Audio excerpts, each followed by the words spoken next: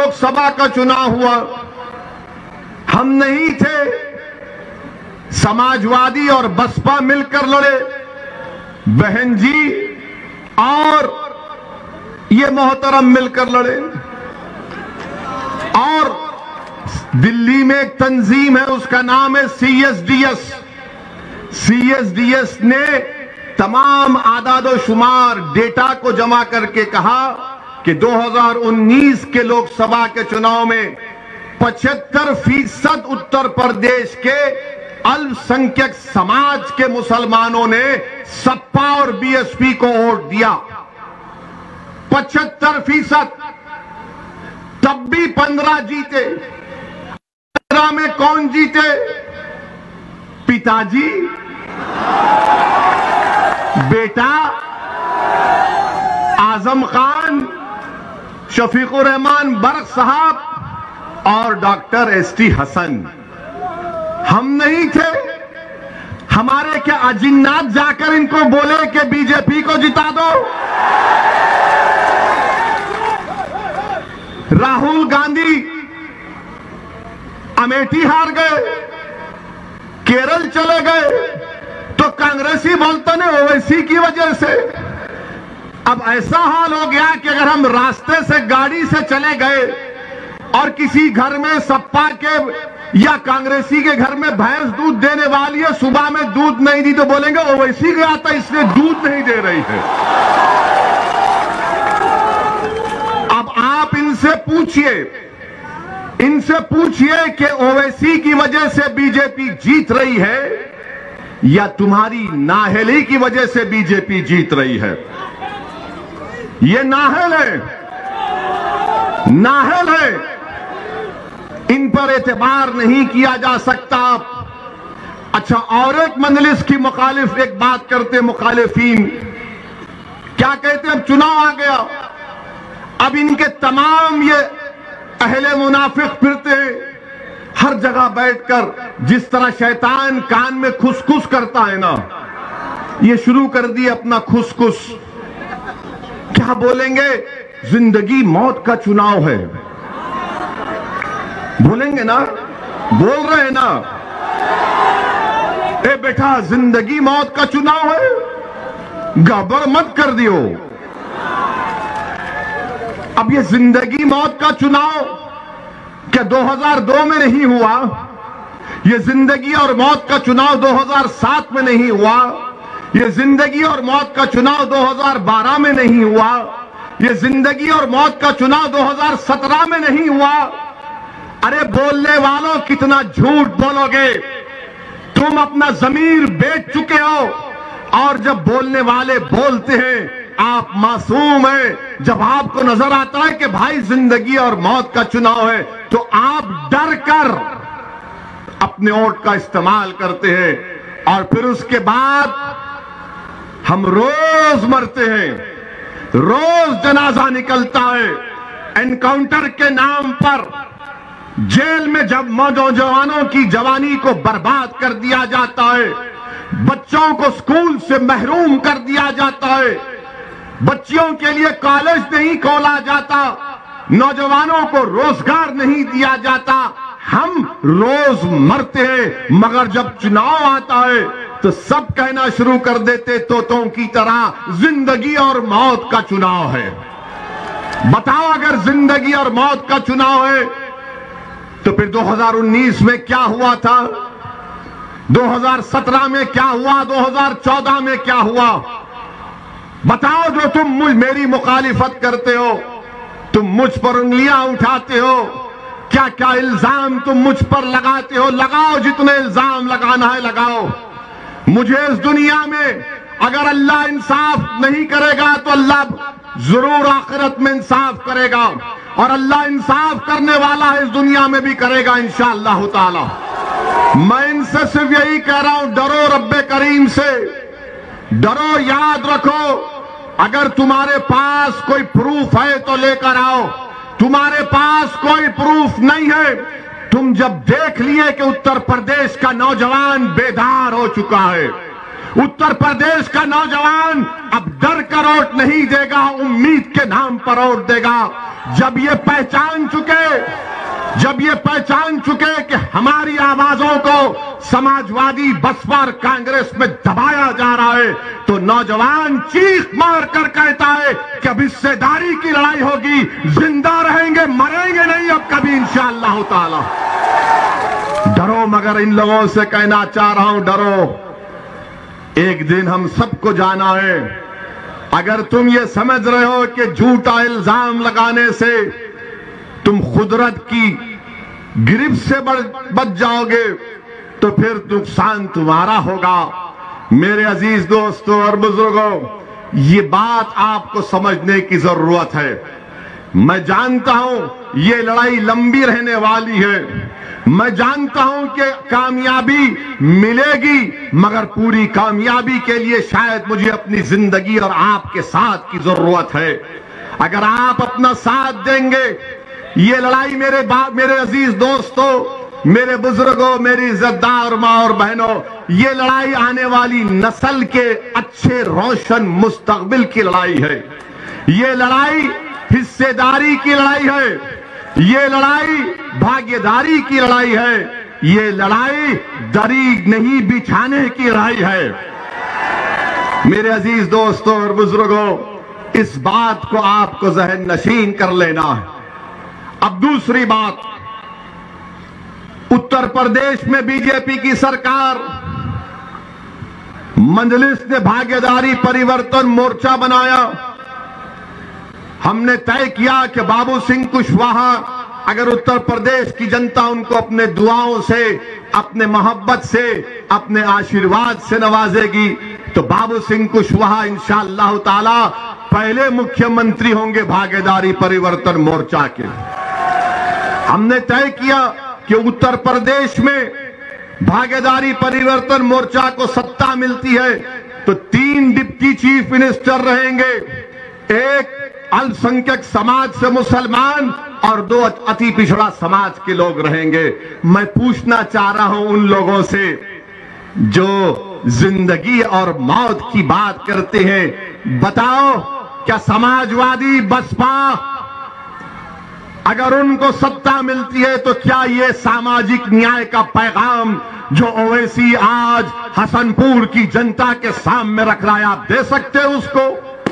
नहीं दे सकते। आप क्या करते हैं कि आप सिर्फ डराना चाहते हैं। मेरे अजीज दोस्तों और बुजुर्गों, आपको मैं ये बताना चाह रहा हूं कि 5 साल बीजेपी की सरकार रही बाबा की, और बाबा ने कुछ नहीं किया। बाबा ने कुछ नहीं किया। बाबा ने कहा था 70 लाख नौकरियां देंगे। आज मैं नौजवान बड़ी तादाद में यहां पर खड़े हैं। मैं आपसे पूछना चाह रहा हूं कि 5 साढ़े 4 साल का ज्यादा वक्त हो गया, कितनों को सरकारी नौकरी मिली? हाथ उठाओ। कितनों को नौकरी चाहिए? हाथ उठाओ। बाबा जरा देखो, ये इतने हाथ उठे हुए हैं और ये हाथ ऐसे बटन पर जाएंगे पतंग की निशान पर 14 तारीख को इंशाअल्लाह ताला। आज उत्तर प्रदेश में बेरोजगारी 4% से ज्यादा हो गई। आज उत्तर प्रदेश में ग्रेजुएट नौजवान 50% से ज्यादा नौकरी की तलाश में। आज उत्तर प्रदेश में टेक्निकल एजुकेशन के ग्रेजुएट 45% रोजगार के तलाश में है। आज उत्तर प्रदेश में 60% से ज्यादा डिप्लोमा होल्डर्स नौकरी रोजगार के तलाश में। बीजेपी के पास इसका कोई सवाल नहीं है, इसका कोई जवाब नहीं है। बीजेपी से अगर आप पूछेंगे बाबा से, तो बाबा बोलेंगे, ए नौजवान, तू हमको वोट दे, मुगलों को हराना है हमको। बीजेपी बोलेंगे हमको वोट दो, मुगलों को हराना है। सपा बसपा कहेंगे हमको वोट दो, बीजेपी को हराना है। और आप मासूम इन दोनों को देखते हैं, ये क्या हो रहा है? एक तरफ जिंदगी मौत, एक तरफ मुगलों को हराना, दूसरी तरफ ये कह रहे हैं कि बीजेपी को हराना है। मेरे अजीज दोस्तों और बुजुर्गों, आपको मैं ये पैगाम देने आया हूं कि आप हिस्सेदारी की लड़ाई के लिए अपने वोट का इस्तेमाल करिए। आप अपने इज्जत और मान सम्मान को हासिल करने के लिए अपने वोट का इस्तेमाल करिए। आप अपने हसनपुर में आपके पास कोई कॉलेज नहीं है, स्कूल नहीं है, अस्पताल नहीं है। यहां का बीजेपी का विधायक था, कुछ नहीं किया। उससे पहले समाजवादी के कोई जनाब थे, उन्होंने कुछ नहीं किया। आपको ये बताना चाह रहा हूं कि योगी आदित्यनाथ अपने भाषण में कहती है कि मैं मई जून में सर्दी पैदा कर दूंगा। मुख्यमंत्री है और कहते हैं कि मई जून में सर्दी पैदा कर देंगे। मुख्यमंत्री, आपको तो मौसम वैज्ञानिक बन जाना चाहिए। मई जून में सर्दी पैदा करेंगे और मैं गर्मी निकाल दूंगा। मुख्यमंत्री जी, आप क्या पेंचिश के डॉक्टर हैं? इसबगोल खाने से तो सब निकल जाता है ना। बाबा का इसबगोल को बेच रहे हैं। हमारे पास हकीम साहब है, मैं गर्मी निकाल दूंगा, मैं सर्दी पैदा कर दूंगा। बाबा सुनो, हमारा बात, हमारी पैगाम सुनो। अब मजलिस ने जो गर्मी पैदा कर दी है उत्तर प्रदेश में नौजवानों में, ना तुम्हारी गर्मी इस गर्मी को कमी पैदा करेगी, ना तुम्हारी सर्दी इस गर्मी को कम करेगी। हमने जो गर्मी पैदा की है वो सच्चाई की बुनियाद पर, हकीकत की बुनियाद पर, गैरत की बुनियाद पर, इज्जत को हासिल करने के लिए, मुकाम को हासिल करने के लिए, हिस्सेदारी को हासिल करने के लिए हमने ये गर्मी पैदा की है। बाबा सुन लो, अगर हम मर भी गए, ये लोग हमारे पैगाम को लेकर सुबह कयामत तक चलते रहेंगे। अब इस गर्मी को कम होने मत दो। मैं मौसम की गर्मी की बात नहीं कर रहा हूं, तुम्हारे दिल में अब जो जज्बात पैदा हो चुके उसको बरकरार रखो। हम जिंदा रहे या ना रहे, तुमको ये काम करना है। ये हमारे हिस्सेदारी की लड़ाई है। गर्मी पैदा करेंगे, सर्दी पैदा करेंगे, ये क्या क्या बातें मुख्यमंत्री कर जाते हैं। अच्छा, जब कोविड के सेकेंड वेव में गंगा पर लाशें तीर रही थी तो बाबा ना गर्मी पैदा किए ना सर्दी पैदा किए। लोग परेशान फिर रहे थे ऑक्सीजन दवाओं के लिए, बाबा अपने घर में आराम से बैठे थे। और लोग पूछेंगे, वैसी तुमने क्या किया हैदराबाद में?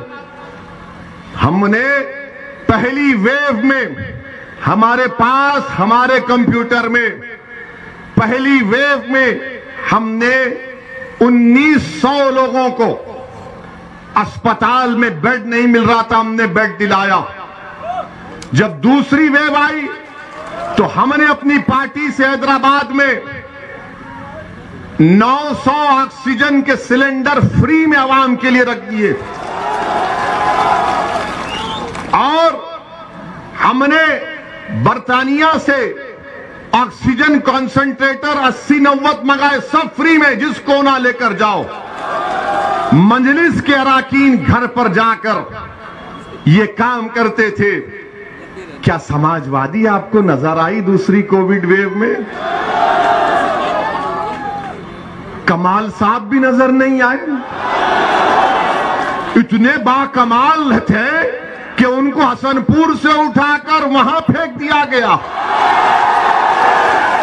क्या कमाल है अखिलेश तुम्हारा। अब तुम्हारे कमाल को हम खत्म करने आए हैं इंशाअल्लाह ताला। इनके कमाल को, इंसान को नहीं, वरना ये हमारे भड़का भाषण बोल दिया वैसी। हम बड़े बाकमाल हैं। हम जानते हैं तुम्हारे जादू को अब तोड़ेंगे इंशाअल्लाह ताला। तो बाबा ने कुछ नहीं किया, बीजेपी ने कुछ नहीं किया, और हमारे देश के प्रधानमंत्री तो क्या बोले, लद्दाख में, डेप्सांग में, डेमचाक में, हॉट स्प्रिंग में चीन बैठा हुआ है। क्या कभी आपने अपने प्रधानमंत्री की जबान से सुना हमारे भी हैं, लफ्ज़े चीन नहीं बोलेंगे? पश्चिम यूपी में तकरीर भाषण देते मोदी जी, गन्ना कहते हैं, चीनी नहीं कहते, कहीं चीन ना निकल जाए। ये अजीब मामला है। कुछ नहीं बोलेंगे और कुछ बोलेंगे तो बोलेंगे भड़काऊ भाषण देता है। मेरे अजीज दोस्तों और बुजुर्गों, उत्तर प्रदेश में बीजेपी की सरकार उत्तर प्रदेश के जनता के विकास के लिए कुछ नहीं किया। नौजवानों को एम्प्लॉयमेंट, नौकरी, रोजगार देने के लिए कुछ नहीं किया। शिक्षा का इंतजाम नहीं किया। इंडस्ट्रीज खत्म होने के दहाने पर आ गए। एमएसपी नहीं मिलता गन्ने का, गन्ने की कीमतें नहीं बढ़ती हैं। हर जगह पर बीजेपी से लोग नाराज हैं। लोग नाराज हैं बीजेपी से। अब आपसे हम गुजारिश कर रहे हैं कि आज एक विकल्प के तौर पर भागीदारी परिवर्तन मोर्चा आपके दरमियान में है। बाबू सिंह कुशवाहा हैं, बिंड समाज के, कश्यप समाज के, अति पिछड़ा समाज के तमाम लोग हैं, जिसमें मंजलिस भी है। आप 14 तारीख के दिन बेखौफ होकर अपने वोट का इस्तेमाल करिए। अब तीसरी बात हमारी है कि लोग हमको कहते हैं कि भड़काऊ भाषण देता है। मैं आपको बता रहा हूं कि उत्तर प्रदेश में अल्पसंख्यक समाज का क्या मौकफ है। हमने माहिरीन एक्सपर्ट्स को बिठाकर रिपोर्ट निकाली। उस रिपोर्ट में यह बात सामने आई कि उत्तर प्रदेश में अल्पसंख्यक समाज मुसलमानों के सबसे ज्यादा ड्रॉप आउट रेट बच्चे और बच्चियों का इन लोगों का है। सिर्फ 3% लोग ग्रेजुएट होते हैं, 1% पीजी के मुकम्मल कर पाते हैं। सिर्फ 2% लोगों के पास 5 एकड़ नहीं, 2% लोगों के पास भी 5 एकड़ जमीन नहीं है। सबसे ज्यादा बेरोजगार अगर कोई है तो अल्पसंख्यक समाज के मुसलमान। सबसे ज्यादा गरीबी, पावर्टी किसी में है तो अल्पसंख्यक समाज के मुसलमान। बताओ फिर तुमने कौन सा सामाजिक न्याय किया? बताओ बीजेपी, बताओ सपा, बताओ बीएसपी वालों, आपने क्या किया? मगर जब चुनाव आ गया तो योगी कह रहे हैं कि गर्मी पैदा कर दूंगा, सर्दी निकाल दूंगा, और उधर से कोई कह रहा है जिंदगी और मौत का इलेक्शन है। क्या स्कूल नहीं मिलना? क्या स्कूल नहीं मिलना जिंदगी और मौत का नहीं है? क्या गरीब होना मौत की निशानी नहीं है? क्या बेरोजगार होना कमजोरी की निशानी नहीं है? क्या ग्रेजुएट नहीं होना बेबसी की मिसाल नहीं है? आपने क्या किया? मगर मंजलिस पर उंगली उठाते हैं। मेरे पास प्रोग्राम है, मैं जो बातें आपके सामने कर रहा हूं, अगर आप उत्तर प्रदेश में मंजलिस और भागीदारी परिवर्तन मोर्चा के उम्मीदवारों को कामयाब करेंगे तो इंशाअल्लाह ताला ये तमाम काम हम आपसे वादा कर रहे हैं, करवाएंगे। अगर यहां से आपने एहतशाम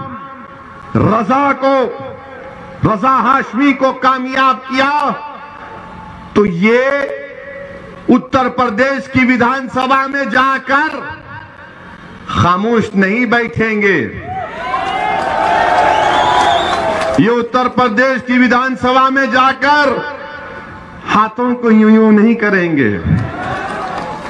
उत्तर प्रदेश की विधानसभा में अगर एहतशाम रजा हाशमी आपके दुआओं और वोट और रब्बे करीम के फजल से जाएगा तो आपकी आवाज में उत्तर प्रदेश की विधानसभा के दरो दीवार को हिला के रख देगा इंशाअल्लाह ताला। यही तो हमको चाहिए। अब आप ये पूछेंगे, ये सपा बसपा वाले बोलेंगे क्या होता है 8-10 जीत गए तो? 8-10? भारत की पार्लियामेंट में 540 में 2 दीवाने हैं, और जब ये 2 दीवाने खड़े हो जाते हैं तो बीजेपी के 300 खड़े होकर इस्तकबाल करते हैं हमसे। ये मिजाज पैदा करना पड़ेगा हमको। खामोशी तुमको हमेशा के लिए खत्म कर देगी, याद रखो। तुम खामोश रहोगे हिकमत के नाम पर, हिकमत नहीं है, बुज़दिली है। अगर तुम हिकमत के नाम पर खामोश रहोगे, नहीं, हिकमत यह है कि अपने हक के लिए लड़ो, क्योंकि संविधान कहता है। कब तक हिकमत का शिकार होगे? अरे अगर हिकमत की बात है तो फिर 14 तारीख को आरएसएस के और बीजेपी के उम्मीदवार को उनको हराओ यहां से, हसनपुर से, और एहतशाम रजा को कामयाब करो। कब तक तुम डर खौफ का शिकार होगे? मेरे अजीज दोस्तों और बुजुर्गों, जब हम दुनिया में आ चुके हैं तो हमारी मौत का, हमारी रिस्क का और हमारी इज्जत का अल्लाह लिखकर दुनिया में भी जाता है। अब ये तुम पर है कि तुम इस इज्जत को, रिस्क को तुम कैसे हासिल करोगे। जब तक तुम जिद्दोजहद नहीं करोगे, जब तक तुम मेहनत नहीं करोगे, अगर तुम बोलेगे नहीं ओवैसी ने कह दिया ना तो मेरी झोली में आकर गिरेगी, नहीं, मेहनत करना पड़ेगा, जुस्तजू करना पड़ेगा, पसीना बहाना पड़ेगा, खून बहाना पड़ेगा, अपनी लड़ाई को जमहूरी तरीके से लड़ना पड़ेगा। और अगर कोई ये समझता है कि हमारी जिंदगियों को खत्म कर देंगे, मैं उनसे यही कहना चाहूंगा, प्यारे, हम जब दुनिया में आए तो हमारे एक अहलुल्लाह ने, एक वली अल्लाह ने मेरे कान में अज़ान दी, मेरे कान में अज़ान दी, दूसरे कान में भी अज़ान दी, और उसके बाद हमारे अब्बा ने दोनों कानों में पढ़ के फूका, सियासत सियासत। अब हमारी पहली अज़ान तो हो चुकी है, अब दूसरी अज़ान भी नहीं होगी, सिर्फ खड़ा किया जाएगा जनाजे को। हम उसके लिए तैयार हैं। तुम्हारी ताकत, तुम्हारे धमकी आमेज पैगामात, तुम्हारे गोलियां हमारे हौसले और अज़म को नहीं खत्म कर सकेंगी इंशाअल्लाह ताला। और अगर कोई ये समझ रहा है चूहे की बिल में बैठकर अगर हमारी आवाज सुन रहा है, तो सुनो बुज़दिलो, मैं अपनी आवाज को उठाऊंगा, मैं अपनी बात को रखूंगा, मैं जोश और वलवला पैदा करूंगा, मैं खड़ा करूंगा आपको इंशाअल्लाह ताला, और अल्लाह खड़ा करेगा, अल्लाह हम तमाम को ताकत देगा। मगर अगर कोई ये कह रहा है कि गोली चलाने से ओवैसी की हिम्मत कम हो जाएगी, अरे नहीं कम होगी इंशाअल्लाह ताला। और क्यों कम नहीं होगी? क्योंकि मौत, इज्जत, रिज़्क़ सब लिखा के आए हैं, और हमारा नाम असदुद्दीन है। हमारा नाम कोई चमचा या दल्लों की नाम से नहीं जुड़ता है। हमारा नाम हमारे बाप ने असदुद्दीन रखा है, और इंशाअल्लाह ताला अल्लाह जब तक जिंदा रखेगा, अल्लाह जब तक इन बातिल ताकतों के तूफान में हमारी जिंदगी की शमा को अल्लाह जलाता रहेगा, खुदा की कसम हम जलते रहेंगे, लड़ते रहेंगे आपके लिए। मौत तो सबको आनी है, कोई मौत से बचने वाला नहीं है। आगे पीछे की बात है, वो या पीछे है, हम जाएंगे। मगर मौत से अगर मैं डर गया तो फिर मैं अल्लामा फजल हक खैराबादी को, रेशमी रुमाल के तहरीक चलाने वालों को हशर के मैदान में क्या चेहरा दिखाऊंगा? अगर मैं डर गया आज तो मैं हशर के मैदान में हसनैन करीमैन को क्या चेहरा दिखाऊंगा? अगर आज मैं डर गया तो बदर, मुवत्ता और अहद के शोहदाओं को क्या चेहरा दिखाऊंगा? अगर आज मैं डर गया तो कमली वालों के सामने हम कैसे ठहरेंगे? अगर आज मैं डर गया तो मैं शौकत अली, जो इस मुल्क की आजादी में मौलाना अबुल कलाम आजाद रहमतुल्लाह अलैह अली बरादरान, नेताजी सुभाष चंद्र बोस, संविधान लिखने वाला अंबेडकर, इन सब ने हमको ये मुल्क दिया है कि हम इनको शर्मिंदा कर देंगे? नहीं करेंगे, नहीं करेंगे इंशाअल्लाह ताला। और मुझे तो यहां पर नेताजी सुभाष चंद्र बोस का वो उनकी फौज का तराना याद आता है। क्या तराना था नेताजी सुभाष चंद्र बोस की फौज का? कि कदम कदम बढ़ाए जा, कदम कदम बढ़ाए जा, खुशी के गीत गाए जा, ये जिंदगी है कौम पे, तू कौम पे लुटाए जा। क्या कहा था? कदम कदम बढ़ाए जा। तुम 7 कदम बढ़ाओगे मेरे, तुम 7 कदम बढ़ाओगे मेरे, तो लगाओ मेरे साथ कदम कदम बढ़ाए जा, कदम कदम बढ़ाए जा। ये बात हुई है, ये बात हुई है। अब नेताजी सुभाष चंद्र बोस को हमने जिंदा कर दिया। अगर तुम कदम नहीं बढ़ाओगे, गोली के डर से डर जाओगे, तो गोडसे की कामयाबी होगी। तो कदम कदम बढ़ाए जा, खुशी के गीत गाए जा, ये जिंदगी है कौम की, तू कौम पे लुटाए जा। तू शेर हिंद है, तू शेर हिंद है, तू मौत से ना डर, तू शेर हिंद है, तू मौत से ना डर, कदम कदम बढ़ाए जा, खुशी के गीत गाए जा। तो मेरे अजीज दोस्तों और बुजुर्गों, इन बिचारों ने समझा कि 2 ठाए ठाए मारेंगे। ठाए ठाए मारो या कुछ करते कर लो। हमको पार्लियामेंट में हमने खड़े होकर परवरदिगार की जात पर तवक्कल करके हमने कहा कि हम Z कैटेगरी नहीं लेंगे। आज भी हमको बताया गया कि देश के होम मिनिस्टर अमित शाह ने पार्लियामेंट में कहा कि हम ओवैसी जी से अपील करते हैं कि वो सुरक्षा ले लें। हम देश के होम मिनिस्टर से ये अपील करते हैं कि असदुद्दीन ओवैसी की जान की कीमत, वो जो उत्तर प्रदेश के CAA के प्रोटेस्ट में 22 लोग मारे गए, उनसे बढ़ के नहीं है। असदुद्दीन ओवैसी की जान की कीमत पीलू से बढ़कर नहीं है, रगबर से बढ़कर नहीं है, अखलाक से बढ़कर नहीं है, ना वो बदायूं का बच्चा जो अब तक अपनी मां जिसके लिए रो रही है उसकी जिंदगी से बढ़कर है।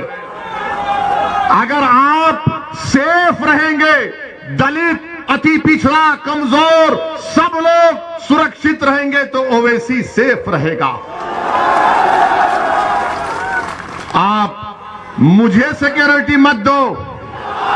सुनो, अरे तुम जिंदा रहोगे, तुम जिंदा ही रहोगे इंशाअल्लाह ताला। हमको सिक्योरिटी दे का फायदा नहीं है। मैं जब MLA बना 1994 में, 99 में चार मीनार की आवाम को लाखों सलाम, उन्होंने हमको विधायक बनाया। हम हर साल लिख कर देते हैं तेलंगाना की हुकूमत को कि हमको नहीं चाहिए। मैं पसंद नहीं करता कि लोग बंदूक लेकर मेरे साथ फिरे। मैं घुटन की जिंदगी नहीं गुजार सकता, मैं घुटन की जिंदगी नहीं गुजार सकता। मैं आजाद पंछी की तरह अपनी जिंदगी गुजारना चाहता हूं। और हुकूमत का काम यह है कि हुकूमत हमारी सिक्योरिटी से ज्यादा उन लोगों को सुरक्षा पहुंचाए जिनको गोश्त के नाम पर मार मार कर खत्म कर दिया जाता है। मुझे नहीं चाहिए। मैं अमित शाह को, हमारे होम मिनिस्टर का, उनके इस अल्फाज का शुक्रिया अदा करता हूं, मगर मैं ये कहना चाह रहा हूं मोदी सरकार से कि आप मुझे Z कैटेगरी नहीं, मुझे A कैटेगरी का शहरी बनाइए, हम सब बराबर हो जाए। ये वक्त का तकाजा है, ये गरीबों का मुतालबा है। गरीब ये देखना चाह रहा है कि अगर ओवैसी पिंजरे में बंद हो गया तो फिर कौन मेरी आवाज को उठाएगा। मजलूम ये देख रहा है कि ओवैसी की ठोर और मीरठ के गली कूचों में गरीबों मजलूमों के दरमियान में चलकर उन नौजवानों से हाथ मिला रहा है, तो किठौर में किसी एक मां ने मुझे अपने करीब बुलाकर मेरे सर पर हाथ रखकर कहा कि बेटा तेरे अल्लाह तेरी हिफाजत करेगा। शायद उसी मां की दुआ मुझे इन गोलियों से बचा गई। मेरे अजीज दोस्तों और बुजुर्गों, मेरा पैगाम सिर्फ यही है, अपने हौसलों को बुलंद रखो, अपने हौसलों को बुलंद रखो। मौत तो आएगी एक दिन, सबको, हम सबको आएगी, मगर देखना यह है कि तुमने जिंदगी कैसे गुजारी। क्या तुमने दरी बिछाकर जिंदगी गुजारोगे? क्या तुम कैदी बनकर जिंदगी गुजारोगे? क्या तुम यही नारा लगाओगे कि भैया तुझ पे जवानी कुर्बान? मैं तो ये नहीं कह रहा हूं कि मुझ पर कुर्बान हो जाओ, बल्कि मैं ये कह रहा हूं कि ओवैसी उत्तर प्रदेश जनता पर अपने आप को कुर्बान करने के लिए आया। आप पर कुर्बान हो जाऊंगा, लड़ता रहूंगा, मगर इन गोलियों से हम नहीं डरेंगे। मौत तो आएगी। कौन सा भारत बना रहे हैं देख लो, वो भारत जिसको नेताजी सुभाष चंद्र बोस, वो भारत जिसको गांधी, नेहरू, मौलाना आजाद, जौहर बरदरान, वो भारत जिसको अल्लामा फजल खैराबादी ने बनाया, वो भारत। अब निर्मल में असली सागवान से तैयार करदा जदीद फर्नीचर का शानदार मरकज एसके 7 फर्नीचर और एसके 7 टिम्बर डिपो, एंगवापेट रोड, गाजलपेट, निर्मल। अपने घरों और दफ्तर को मजीद खूबसूरत बनाने या शादी ब्याह के लिए जदीद तरीन डिजाइन में मजबूत तरीन फर्नीचर सेट के लिए हमारे यहाँ जरूर तशरीफ लाएं, जहां आपको निहायत ही वाजबी दामों पर फर्नीचर दस्तयाब रहेगा। राब्ता कीजिए proprietor Sheikh Ahmad. Phone number है 9866828552 7989600863। निर्मल में भी असली सागवान से तैयार करदा जदीद फर्नीचर का शानदार मरकज एसके 7 फर्नीचर और एसके 7 टिम्बर डिपो, वेंगवापेट रोड, गाजलपेट, निर्मल।